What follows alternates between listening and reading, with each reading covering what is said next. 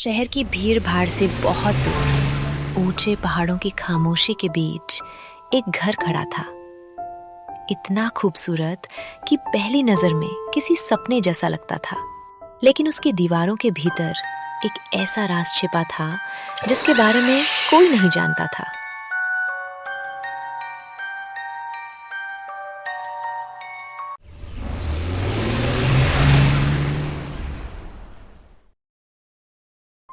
तो बच्चों, ये है हमारा नया घर। वाओ पापा, ये तो फिल्म वाला घर लग रहा है। लेकिन यहाँ थोड़ा अजीब सा लग रहा है।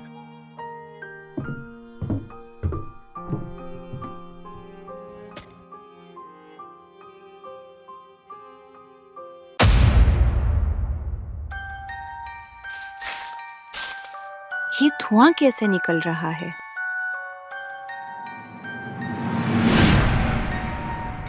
अरे रिया, तुम यहाँ क्या कर रही हो?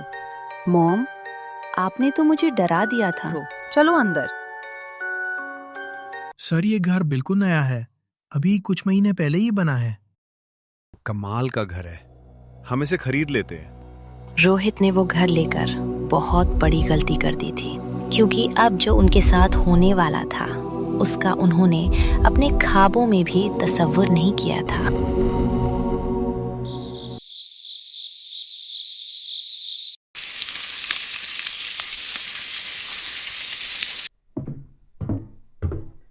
मीरा, चलो रिया की हेल्प करो, तुम भी अब बड़ी हो गई हो। वाह मॉम, बहुत टेस्टी डिनर है। अच्छा, तो कल से तुम बनाओगे? देखो ना मॉम, आरिफ कैसे हंस रहा था। अरे ठीक तो है बेटा, देखो रिया कितना अच्छा खाना बनाती है। नहीं डैड, मुझे नहीं करना ये सब। अच्छा ठीक है, अब चुप करके खाना खा लो।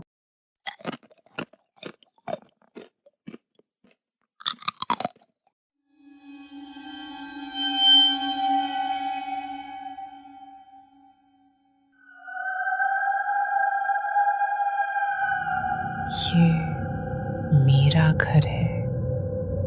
मैं यहाँ किसी को रहने नहीं दूंगी, सबको मार दूंगी।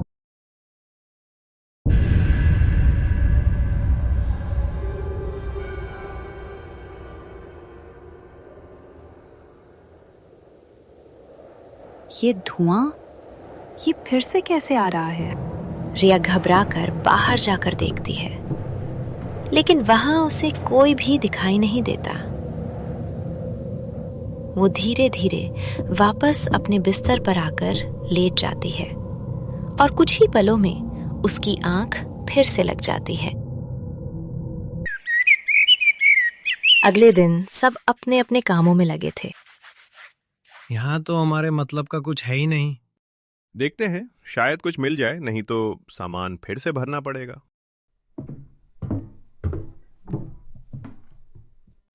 लेकिन रिया थोड़ी परेशान लग रही थी।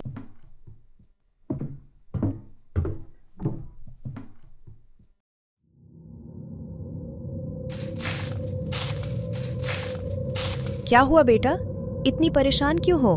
कुछ नहीं मॉम, शायद रात को ठीक से सो नहीं पाई, बस। ठीक है बेटा, सब नया है अभी, धीरे धीरे सब ठीक हो जाएगा। चलो थोड़ा वॉक पे चलते हैं, मन भी हल्का हो जाएगा। मॉम, आप कहाँ जा रही हैं? कहीं नहीं, तुम घर में ही बैठो। रिया दीदी और मैं जा रहे हैं। क्या मॉम, आप हर बार ऐसे ही करती हैं। मीरा नाराज होकर चुपचाप घर के अंदर चली जाती है। चलते चलते वो दोनों काफी दूर निकल जाती हैं।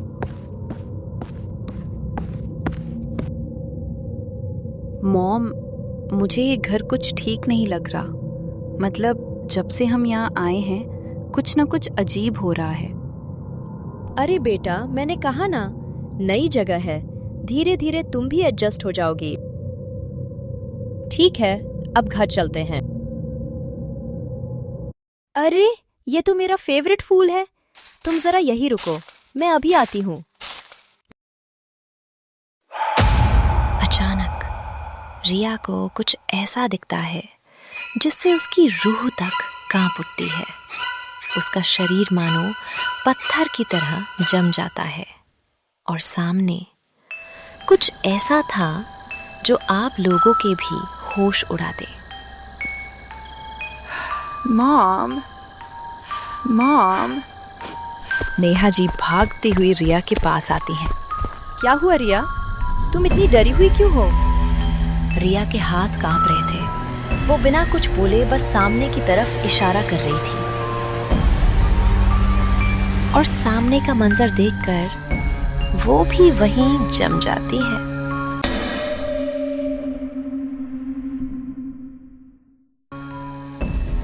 नेहा डरते हुए कहती है, ये सब क्या है? लेकिन रिया जैसे उसकी आवाज ही बंद हो गई हो।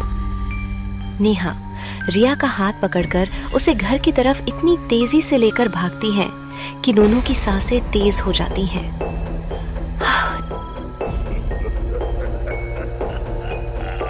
मैं यहाँ किसी को रहने नहीं दूंगी, सबको मार दूंगी। दोनों घर आ जाती हैं और किसी को कुछ भी नहीं बताती। नेहा जी रिया से कहती है, बस बेटा, वो हमारा वहम था। अब जो भी हुआ उसे भूल जाओ। रिया घबराई हुई आवाज में कहती है, नहीं मॉम, वो वहम नहीं था, वो किसी चीज का इशारा था, जैसे कोई हमें इस घर से भगाना चाहता है। रिया, अब बस करो, वो बस एक इत्तेफाक था।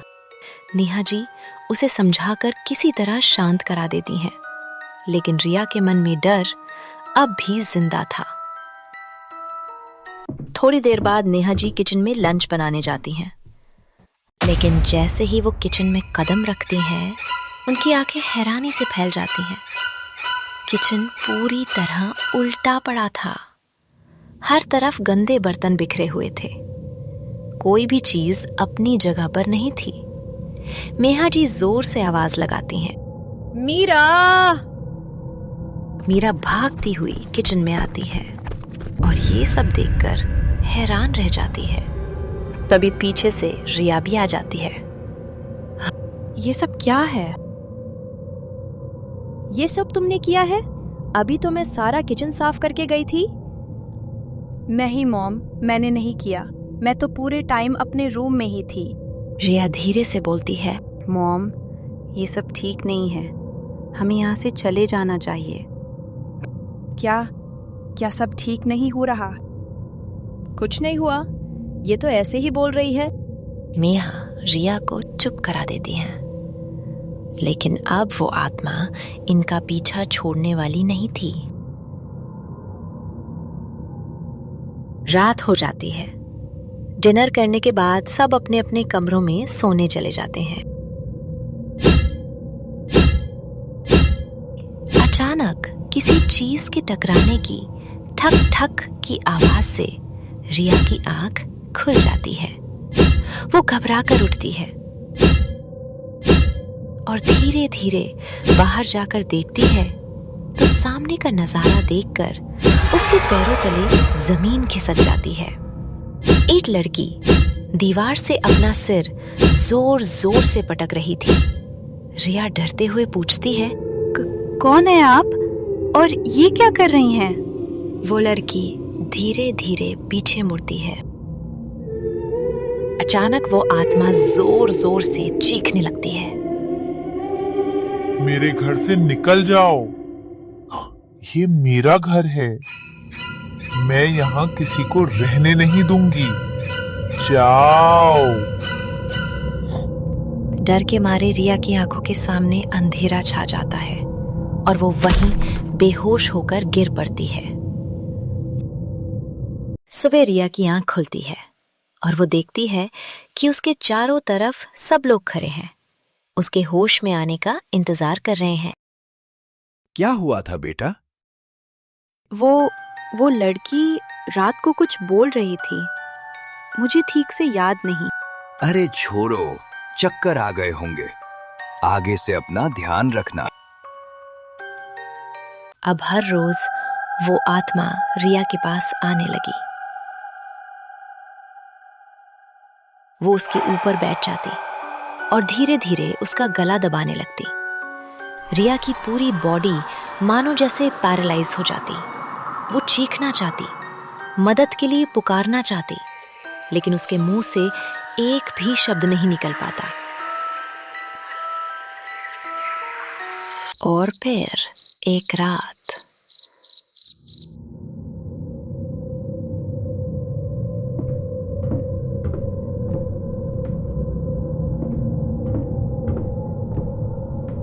किचन फिर से बिखरा हुआ था। हर तरफ सामान फैला पड़ा था और वो आत्मा न जाने हाथ में क्या लेकर खा रही थी। नेहा जी ये मंजर देखकर डर से कांप जाती हैं। धीरे से पूछती हैं, कौन हो तुम? वो आत्मा उन्हें घूर कर देखती है। उसकी आंखों में गुस्सा और दर्द साफ दिखाई दे रहा था। और फिर वो बस एक ही बात दोहराती है, ये मेरा घर है, यहाँ से चले जाओ।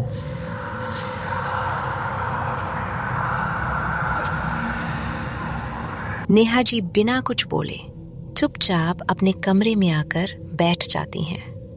क्या हुआ? इतनी डरी हुई क्यों हो? नेहा कांपती हुई आवाज में कहती हैं, हमें इस घर से चले जाना चाहिए। वो नहीं चाहती कि हम यहाँ रहें। कौन नहीं चाहती? किसकी बात कर रही हो? वो आत्मा जो इस घर में भटकती रहती है, वो बस एक ही बात कहती है, यहाँ से चले जाओ। रोहित झुंझलाते हुए कहता है, हम यहीं रहेंगे। ये सब क्या बेकार बातें कर रही हो? वो नेहा की बातों पर बिल्कुल भी यकीन नहीं करता और बेफिक्र होकर सो जाता है। लेकिन नेहा की आंखों में डर अब भी साफ दिखाई दे रहा था। अगली रात जब रोहित अपने बाथरूम में होता है, उसे अचानक महसूस होता है कि उसके पीछे कोई खड़ा है। वो धीरे धीरे पीछे मुड़कर देखता है, लेकिन वहां कोई नहीं होता। वो थोड़ा संभल कर फिर से शीशे की तरफ मुड़ता है और जैसे ही उसकी नजर शीशे पर पड़ती है, उसकी सांसें थम जाती हैं। शीशे में वही आत्मा उसे घूर रही थी। रोहित के हाथ पैर कांपने लगते हैं। वो जहां खड़ा था वहीं जम जाता है। कुछ ही पलों में वो आत्मा गायब हो जाती है, लेकिन जाते जाते एक मैसेज छोड़ जाती है।